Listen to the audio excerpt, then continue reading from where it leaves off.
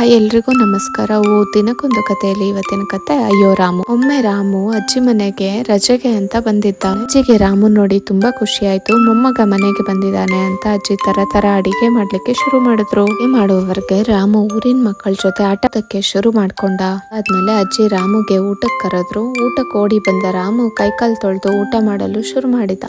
ಅಜ್ಜಿ ವಿಧವಾದ ಊಟ ಬಡಿಸಿದ್ರು. ಎಲ್ಲಾ ತಿಂದು ಮುಗಿಯಿತು ಎನ್ನುವಾಗ ಪಾಯಸ ತೆಗೆದುಕೊಂಡು ಬಂದ್ರು. ರಾಮುಗೆ ಹೊಟ್ಟೆಯಲ್ಲಿ ಜಾಗನೇ ಇರ್ಲಿಲ್ಲ. ಬೇಡ ಅಂತ ಹೇಳ್ದ. ರಾಮುಗೆ ಪಾಯಸ ಕುಡಿಬೇಕು ಅಂತ ಅನ್ಸುತ್ತೆ. ಅಡಿಗೆ ಮನೆಗೆ ಹೋಗಿ ತೆಗೆದುಕೊಳ್ಳುವಾಗ ಕೈ ಜಾರಿ ಪಾಯಸ ಮೈ ಮೇಲೆಲ್ಲ ಬಿದ್ದು ಹೋಗುತ್ತೆ. ರಾಮು ಹತ್ತಿರದಲ್ಲಿದ್ದ ಬಟ್ಟೆಯನ್ನು ತೆಗೆದುಕೊಂಡು ಹೊರ್ಸ್ಕೊತಾನೆ. ಮೇಯಕ್ಕೆ ಪವರ್ ಕಟ್ ಆಗುತ್ತೆ. ರಾಮು ದಾರಿ ಗೊತ್ತಾಗದೆ ಕುರಿಗಳ ರೂಮಲ್ಲಿ ಹೋಗಿ ಮಲ್ಕೋತಾನೆ. ಅದೇ ಸಮಯಕ್ಕೆ ಒಬ್ಬ ಕಳ್ಳ ಕುರಿಗಳ ರೂಮ್ಗೆ ಬಂದು ಕುರಿಗಳನ್ನ ತೆಗೆದುಕೊಂಡು ಚೀಲದಲ್ಲಿ ಹಾಕಿಕೊಳ್ತಾನೆ. ಭಾರ ಇದ್ದದಕ್ಕೆ ಸ್ವಲ್ಪ ದೂರ ತೆಗೆದುಕೊಂಡು ಹೋಗಿ ಭಾರ ತಡಿಯೋಕ್ಕಾಗದೆ ತೆಗೆದು ನೋಡ್ತಾನೆ. ಅದ್ರೊಳಗೆ ರಾಮು ಇರ್ತಾನೆ. ಕಳ್ಳನಿಗೆ ಶಾಕ್ ಆಗುತ್ತೆ. ಕಳ್ಳ ತಪ್ಪಿಸ್ಕೊಳ್ಳೋದಕ್ಕೆ ಓಡೋಗ್ತಾನೆ. ಸುಸ್ತಾಗಿ ಮನೆಗೆ ವಾಪಸ್ ಬಂದು ಅಜ್ಜಿ ಹತ್ರ ನಡೆದಿದ್ದೆಲ್ಲ ಹೇಳ್ತಾನೆ. ಆ ಅಜ್ಜಿ ಅಯ್ಯೋ ರಾಮು ಪಾಯಸ ಬೇಕೆಂದ್ರೆ ನನ್ನೇ ಕೇಳ್ಬೋದಿತ್ತಲ್ಲ, ಸಾಹಸ ಮಾಡ್ದೆ ಅಂತ ಹೇಳ್ತಾರೆ. ರಾಮು ಹೇಳ್ತಾನೆ, ನೀವ್ ನಿದ್ದೆಲಿದ್ರಿ, ಎಬ್ರಿಸೋದ್ ಬೇಡ ಅಂತ ಹೇಳಲಿಲ್ಲ, ಸಾರಿ ಅಜ್ಜಿ ಅಂತ ಹೇಳ್ತಾರೆ.